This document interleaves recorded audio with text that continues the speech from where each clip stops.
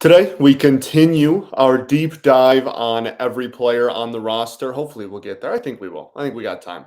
And today, we're going to take a look at someone who is in consideration for MVP of the team, certainly the most consistent and best hitter on the team. And yeah, we're going to break down Eric Haase to a deep dive on his season and what the future holds for the Detroit Tigers at the catcher position. Today on Locked On Tigers. You are Locked On Tigers, your daily Detroit Tigers podcast. Part of the Locked On Podcast Network, your team every day.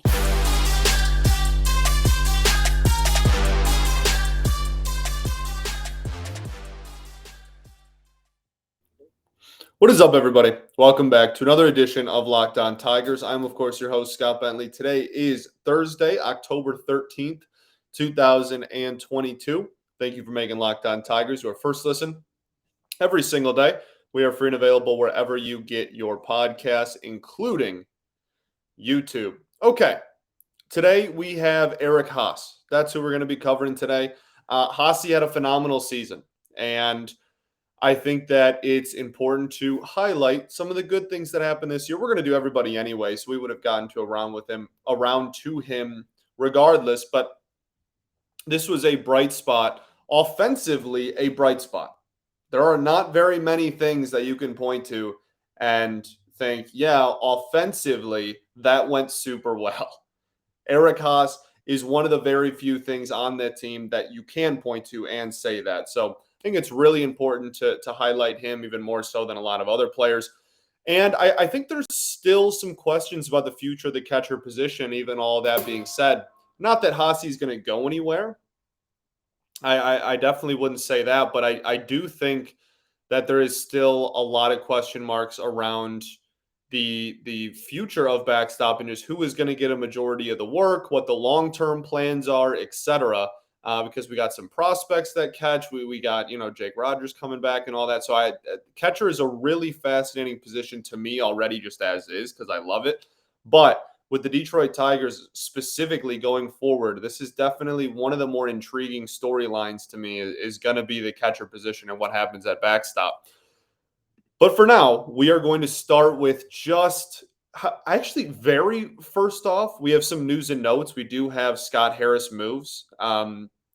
Officially, Scott Harris took over the day after the season ended.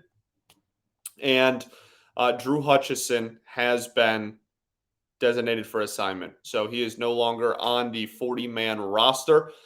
You're never out of a Drew Hutchison start. Never, ever. You're never out of one. This was somewhat expected. I don't think anyone really expected him to hang around, but you know what? He certainly, over the last 2 years for the Detroit Tigers, earned a minor league contract again for this upcoming season. He will, I can almost guarantee, he will get one of those. He'll probably go into the minor league free agent pool. And I know some people are probably wondering why not the major league pool. I mean, you got to remember he's in his early mid-30s and was still, a spot starter with an ERA of well over 4. So I don't think that he is I don't think he has a huge market in the sense that he's going to get a major league job anywhere, but I do fully expect it might even still be with us. That's why I don't want to do like a blown goodbye because we've DFA'd and re-signed this dude 97 times. So who knows? But I think that this one, I'm leaning toward this one probably is for good. But I am fairly confident that he will find a job as a depth pitching piece like he was for us the last 2 years with somebody, and wish him nothing but the best. He was certainly one of the few Al Avila decent moves. Not that he was an all-star or anything, but for what you signed him for a minor league depth piece, and then for him to provide what he did for the Tigers in 2021 and 2022, can't ask for really too much more than that. So shout out Drew. You're never out of a Drew Hutchison start. And the dog forever. We'll definitely be keeping an eye on him and seeing what happens. Okay, now let's get into Haase. Offensively is the name of the game. Offense, I guess, is the name of the game for Eric Haase.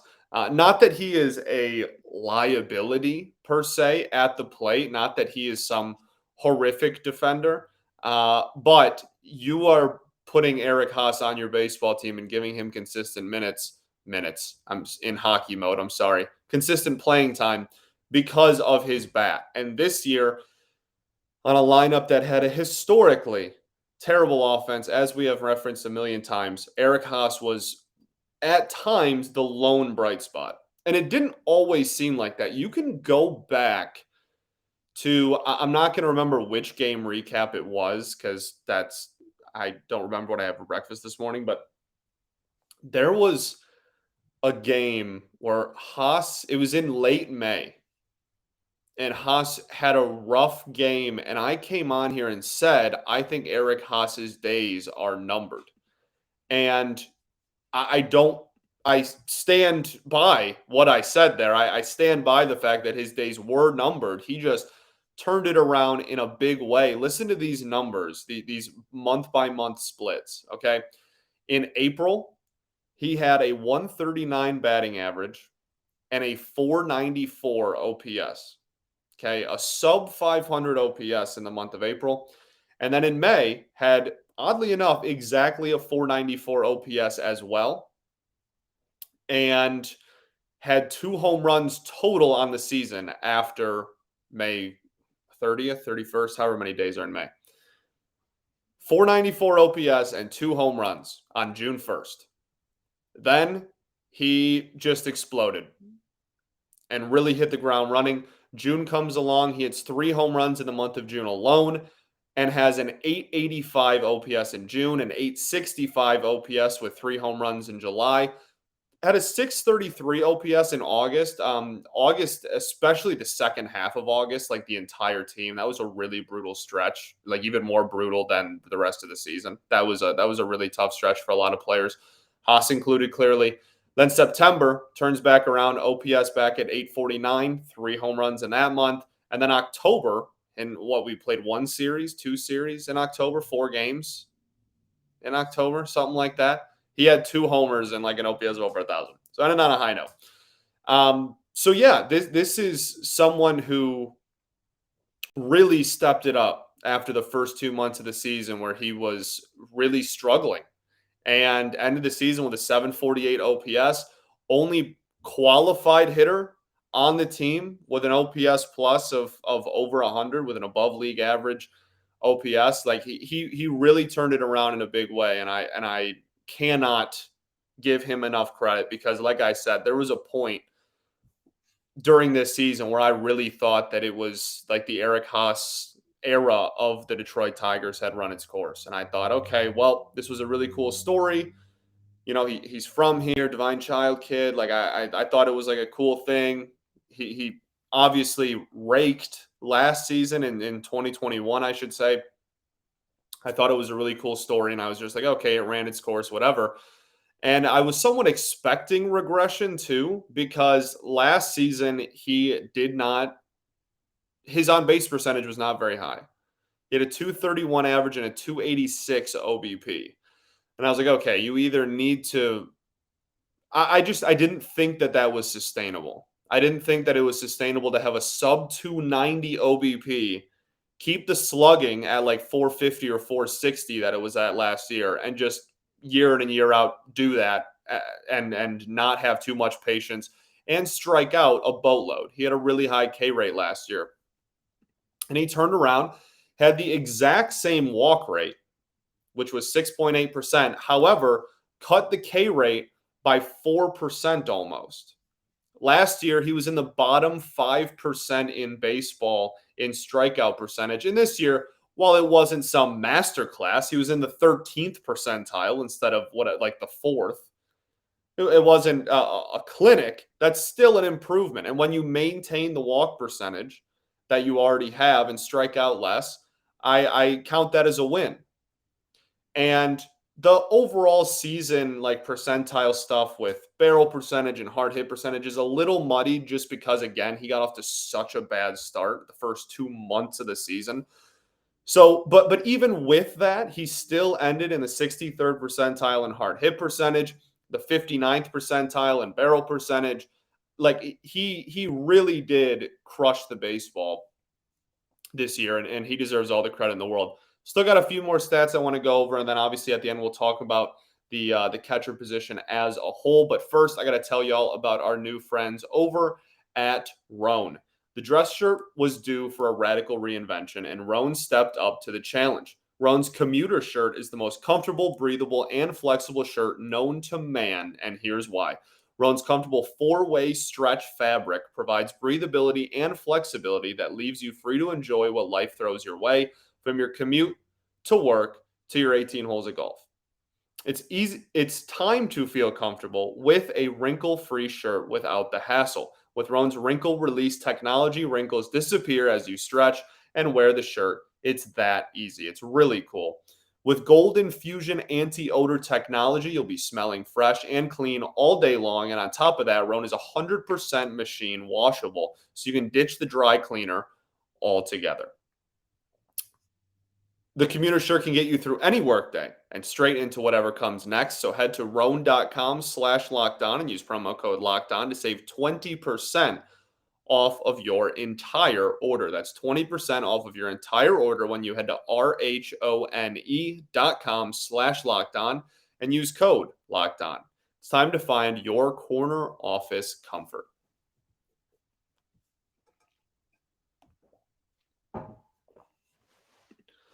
All right, everybody. Welcome back here. Segment 2 of Locked On Tigers. Talking about Haase today. So we talked about the offensive side of him. There's still some offensive stuff I want to talk about. The biggest thing with Eric Haase is I guess the chase rate, like offensively. He does have a tendency. We talk a lot about Jonathan Scopes, a free swinger. Javi Baez is certainly a free swinger, at the slider low and away thing. Eric Haase, the slider low and away is very much a weakness for him too, and it's not talked about as much because he had an OPS of over 800 after June on the season. So like it's a little more, softens the blow a little bit. But this is a dude that breaking balls low and away he really struggles with as well. But he crushes fastballs, and that's always been the thing. That was pretty much the biggest reason for his success last season. And this year, I thought he took a step forward in the breaking ball. There's a very clear difference between his numbers against the slider specifically in 2021 versus 2022. And it still wasn't positive in 2022, which is the point I'm trying to make. However, it was still very big steps in the right direction. Cut down the K percentage on the slider by almost 10%. Cut down the put away percentage on the slider by 5%. Had an expected slugging percentage of 319 against the slider this year. Last year, it was 294 with a 161 expected batting average. He had a 230 expected batting average on it this year. So I think that he is slowly coming into his own. And as he continues to make adjustments, I expect him to only improve more and more. And this is the biggest thing for me with him. If he can increase the walk rate by even like 2%, I would be thrilled.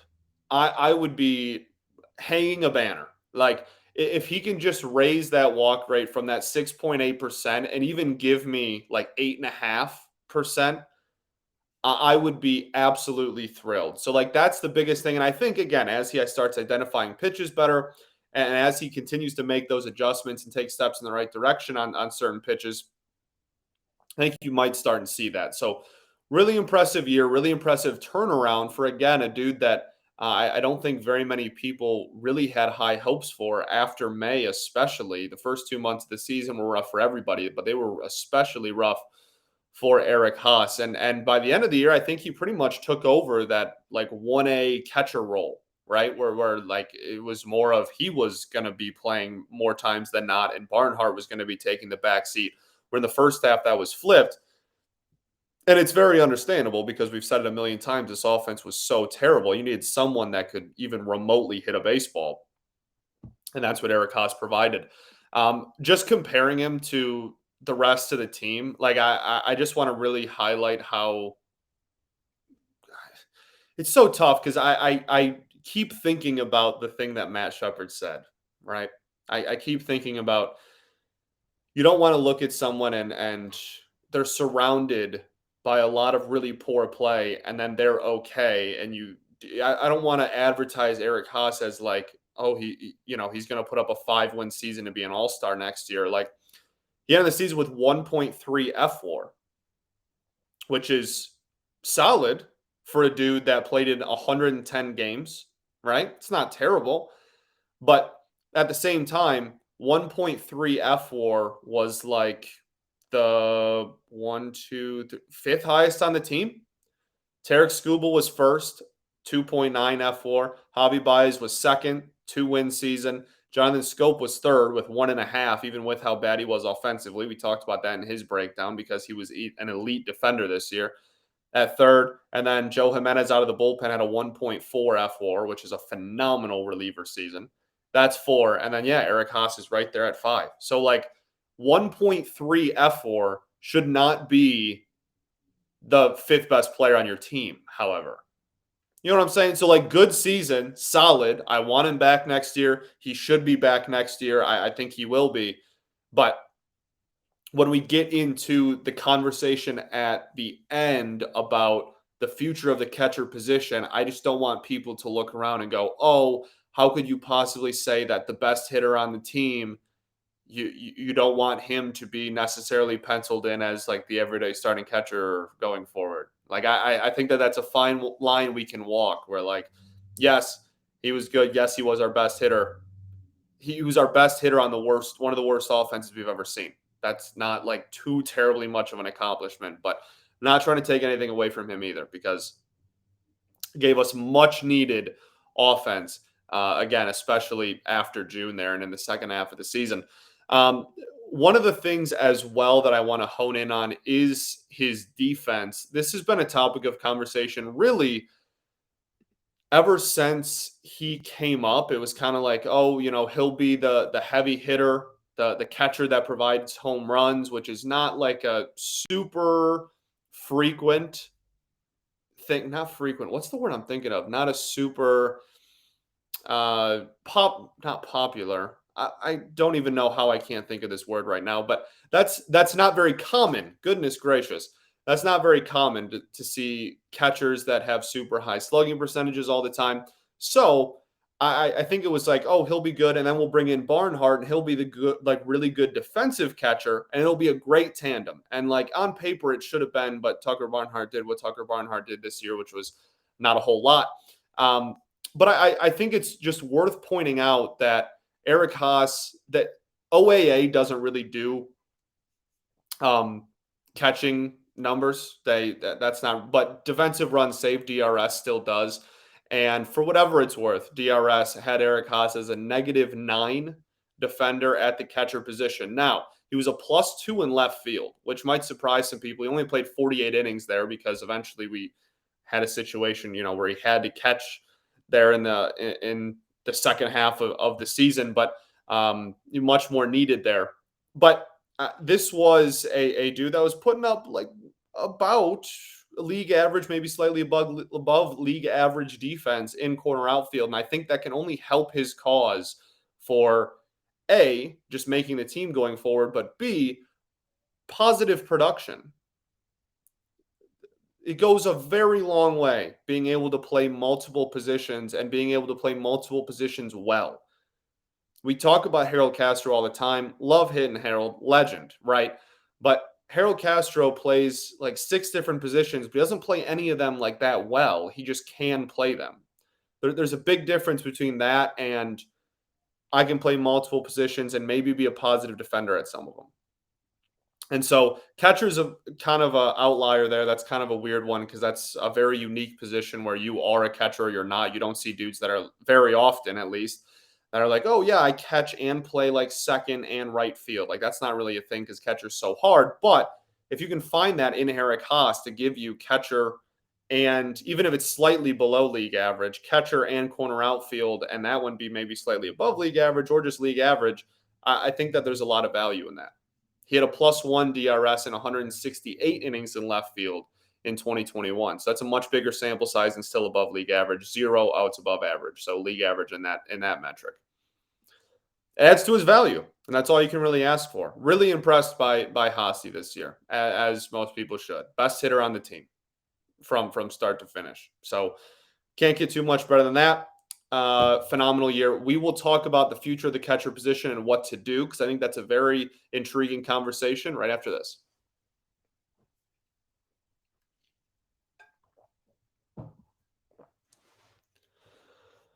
All right, everybody. Welcome back here. Third and final segment of Locked On Tigers. For what it's worth, Baseball Reference had Haase at a 2.1 WAR. Slightly different defensive metrics used and slightly different offensive metrics used in Baseball Reference. So that gave him a little bit of a boost there. For whatever that's worth, maybe you prefer B WAR, but I prefer Fangraphs WAR. So when looking at the future of the catcher position, there is a letter grade for Haase. What do you think? It's an interesting one. Interesting is a dumb word. That's a really fascinating one. I think I'll go with a B. I think a B. Yeah. Best hitter from June 1st on. Could still get better defensively, but we needed offense more than anything, so worth it. Worth the trade-off. Man, do you remember that one play he had in Minnesota? Speaking of his defense, golly, the airmailed the ball into left field. That was really brutal. Anyway, thinking positively. I think a B. I think I want to give Eric Haase a B. I think that's our first passing grade. If you count like C and above or C minus and above passing, I think that's our first grade that wasn't terrible. I think the first two were both D minuses. So good for Eric Haase. B. There you go. Locked On Tigers gives Eric Haase's season a solid B. Okay. Future of the catcher position. So for starters, Jake Rogers will be back next season, presumably. That will add him into the fold. Tucker Barnhart will certainly be gone. I kind of have to do Tucker Barnhart before the postseason ends on these player breakdowns, because I am so certain that he is going to not be re-signed and get put into free agency immediately, that I don't want the opportunity to pass by. We're like, oh, he's not even with the organization anymore. What's the point of doing a player breakdown? So I'm so confident that I will give him a 0 or a 1 on like chances of being back next year. So when looking at that position, this is, again, like I said earlier, I don't want this to come across as, Eric Haase isn't. I don't want this to come across as Eric Haase slander. I want to raise the bar of what we should be expecting production-wise. And 1.3 FWAR out of a catcher that played in 110 games. Again, certainly not bad. Not bad at all. Respectable. But if you want to make a legitimate push and take a legitimate step forward as a team, I think you're going to have to bring in somebody else to play with Eric Haase. Not saying get rid of Haase, not at all. I want him on the team next year. He should be on the team next year. He should get legitimate at-bats next year. But I don't know how confident I am with an Eric Haase, Jake Rogers catcher tandem going into opening day. Jake Rogers, rather, has not played. By the time we get to opening day, will have not played Major League Baseball in over a year and a half, calendar year wise, a little over a year and a half. I mean, so a long time, long time. And so I don't think we should just go in and be like, oh yeah, Jake Rogers is going to be like really solid, because, like the month and a half, maybe even 2 months leading up to his injury, his offense had taken a step forward. And again, an offensive step forward for catcher is a much different step forward than a lot of other positions, because not a lot of people expect too much offense out of catcher. But B, a step forward for Jake Rogers. I mean, if we remember in 2019, his first call up, offensively he was horrific, right? He had like a 500 or a 4 something OPS for like most of his first stint in the majors in 2019. So like a step forward from that is great, obviously, but it's not like Jake Rogers was had a 900 OPS either, and that's not really possible to find too terribly much of out of the catcher position. So I'm not trying to make it sound like we need some, like prime Buster Posey needs to be the catcher of this team. That's not an option. That's not possible.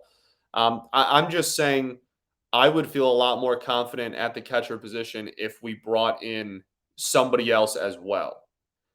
And I'm again not saying you need to roster 3 catchers, but if Eric Haase has given you solid defense in the corner outfield, then there you go. You can roster all 3 of those dudes. You can start Jake Rogers off in AAA and get him more acclimated and get him caught up to speed and back to game speed if spring training isn't enough for you. I would be much more, not really because of Haase, because I think he is a great 1B catcher. I think he is a like elite option to go to as your 1B, not even your 2. Like he played in 110 games this year. That's well over half. I think he would be a fantastic 1B option behind the plate, but I still think they need a 1A. I'm not personally, I am not going into opening day just like smiles and super optimistic about that tandem if we just don't make a move behind the dish. Now, to further that conversation, there are some prospects that this organization has. The only 2 catcher prospects really of note are nowhere close to major league ready. Nowhere close might be a little dramatic, but nowhere close. Not nowhere close to opening day of 2023 ready. That is for certain. Dylan Dingler's the big one. He's been sliding a lot in draft boards, and looks like a really solid defender. I've liked what I've seen from him behind the plate, but offensively needs to kind of pick that up, and I think he will. I think he'll get back to somewhat close of what people were expecting from him, but it's a whole different ball game going from catching, high school and then college seasons to full summers of professional ball. That's a whole different type of grind that it takes a year or 2 for a lot of catchers to get used to. So he's certainly not, again, ready to even come close to cracking the major league roster in the beginning of next year. We'll see what he does next season if he takes off and has a really good offensive season and the defense stays. Maybe at the earliest, he's like a September, like end of season. Maybe there's an injury thing and we need to call up a catcher like option. But I think we probably should be looking more towards 2024 for like Dylan Dingler arrival. And the other one is Crouch, Josh Crouch. I love him. And that's someone that Chris Brown of Tigers Minor League Report really got me like hip to. He's had a phenomenal season. He's still in the lower levels of the minors, so he's not particularly close to bursting on the scene either. But when you look long-term catcher versus short-term catcher, right? Like what do we do in 2023 and what do we do long-term? I think between Crouch and Dingler, at least one of them you can pencil in as being a viable option at catcher for the future. And then you have to remember that Eric Haase turns 30 in December because he spent so much time in the minors and before, right? Like his first year with the Tigers when he was 28 years old. So it's not like he's just because he only debuted a couple of years ago, he's in his mid 20s or whatnot. Like he's going to be 30. So when you talk about, again, the long-term option of catcher, I'm not really sure how many more years you're going to get this level of production out of Eric Haase and how many years you can expect to really put a bulk of catching on his shoulders. Again, that's not a very longevity-wise, not a very lengthy career position for the most part historically. So I think there's some questions like looking well down the road at catcher. Jake Rogers, again, we have to see. And like people forget too that like Jake Rogers isn't exactly super young either. He will be 28 in early April. So it's not like he's like still a top prospect, like wait and see guy. Like this is pretty much like he's gonna have to show out and like and step up and hit at a relatively consistent level.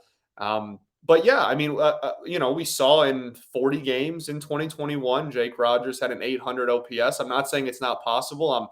I'm not saying that I don't look back at this and go, oh, like, look, they rolled in with those two guys and it ended up working out pretty well for them. Like, that would be awesome. I would love for that to happen, obviously. But I'm not sure I'm blindly sold on that catcher tandem just going into next year. I think you at least, just for depth purposes, period, need to at least bring in either, whether it's like a Dustin Garneau, like just retired, by the way. Congratulations, Dustin Garneau. 15 professional years in baseball. Shout out the dog. Whether it's like that type of a player that is just like a catcher depth, and if one of those two gets hurt, you can call him up and rely on him. Like maybe it's just as simple as that, or maybe it's, hey, we'll look at Haase more as a like corner outfielder, DH, catcher if we really need him type of a player, like he was at the beginning of this season. People forget that is kind of what his role was. He was getting a lot more looks in left field in the first 6-8 weeks of the season. And we roll in with Jake Rogers and et cetera, or Jake Rogers, he has a rough spring. He has to get his timing back down. He needs to start off in the minors to get reacclimated to like pro ball because he hasn't played in over a year and a half. There's a ton of question marks around catcher. When it comes to the free agents, the big one is obviously Wilson Contreras. That's like the one that everybody points to because he's probably not going to be a Chicago Cub. And that would obviously be awesome. Like that would be a fantastic get. No one should tell you otherwise. He's 31 years old, still an all-star caliber catcher. That would be a phenomenal get, obviously. That there's really not too much analysis or discussion. That would just objectively be sweet. And it's not a super deep class. Like you have Gary Sanchez. I don't know. I don't need Gary Sanchez and Eric Haase. That's just two like below average defender, like presumably if everything goes right, plus offensive catchers. Like that's kind of the same type. So I don't really need to go down that. Also, like not a big fan of Gary Sanchez, the whole Miggy thing. I don't know. Played for the Twins now. Just not, I don't know. I don't know if I'd really be okay with seeing him in an Old English D. Now watch, we'll sign him because I just said that on air. Omar Narvaez is a guy that walks quite a bit for a catcher, decent defender, but certainly not known for the bat. I don't know if you're really going to be able to sell too many Tigers fans on the whole, like Eric Haase will be the offensive guy, the other guy will be the defensive guy, part two, because of how much that really blew up in our face kind of this past season. But that's certainly an option. And then Mike Zunino, who did not play behind the plate very much this season, some injury stuff in Tampa, but in 2021 was almost a 5-win catcher. And the thing with Mike Zunino is like he's going to be a plus defender. He's one of the best framers. He's an elite framer, one of the best framers in all of baseball, has been for years. But he is going to strike out. He might lead the league in strikeouts if you play him enough. Like he was going to strike out a ton. He's going to be a plus defender, but he's also going to give you like 30 home runs if, again, presuming health and everything going right. He can provide you 30-plus homers out of the catcher position, which is and that's like a myth. That's a legend. Like that doesn't happen very often in baseball history, especially with the modern era of just how catchers are bred, I guess we'll say. So like that would maybe be an interesting get, but again, you're going to get a guy that strikes out a ton. And I'm not really sure the Scott Harris mindset really falls in line with the guy that strikes out at like a 35%, maybe even higher clip. All signs point to Wilson Contreras, in my opinion. That would obviously be great, but I mean, if none of those options appease to you and you just want to go, you know what, I'll take my chances with Haase and Rogers. And this is a reoccurring theme for a lot of these dudes. Like you guys, I love when you guys voice your opinion, and talk about what you would do, and if you disagree with me, like I'm very open to that. I love this discussion. I love the debate. I love the conversation as long as everyone's being respectful. And uh, I look at this season and I'm trying my best to keep like the emotional like fandom side of me like out of it, because this was catastrophic. This was a bleep show offensively. And it's just really hard for me to justify just looking around and going like, "Oh yeah, well we'll just bring back like everybody except like the bench players and like things will change." Like, no, you're gonna have to get rid of some starters.